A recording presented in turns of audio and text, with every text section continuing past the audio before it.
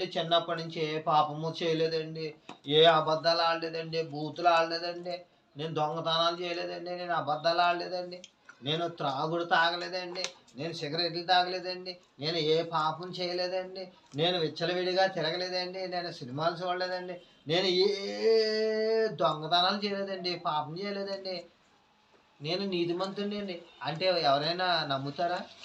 ఎవ్వరు నీతిమంతుడు లేరు. వాక్యమే చెప్తున్నది. దేవుడే చెప్తున్నాడు. నీతిమంతుడును లేడు, ఒక్కడును లేడు. దేవుడు అనుగ్రహించి మహిమను పొందలేకపోతున్నారన్న, పోగొట్టుకుంటున్నారు.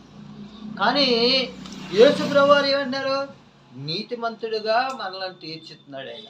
ఎప్పుడైతే నీవు యేసయ్య దగ్గరికి వచ్చి, దేవుని సన్నిధికి వచ్చి, దేవా నేను పాపిని, నన్ను క్షమించండి, నా పాపములు నైనా రక్తంలో కడిగి వేసుకోండి, నీ కుమారుడుగా నీ బిడ్డగా నన్ను చేసుకోండి అన్నప్పుడు దేవుడు ఆయన కుమారుడుగా ఆయన కుమార్తెగా చేసుకుంటాడు.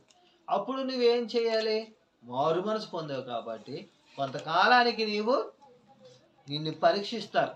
దేవుడు పరీక్షించినప్పుడు అక్కడ దైవజనుల కుటుంబం పరీక్షించినప్పుడు నీ కొంతకాలానికి బాప్తిసం అప్పుడు ఇస్తారు.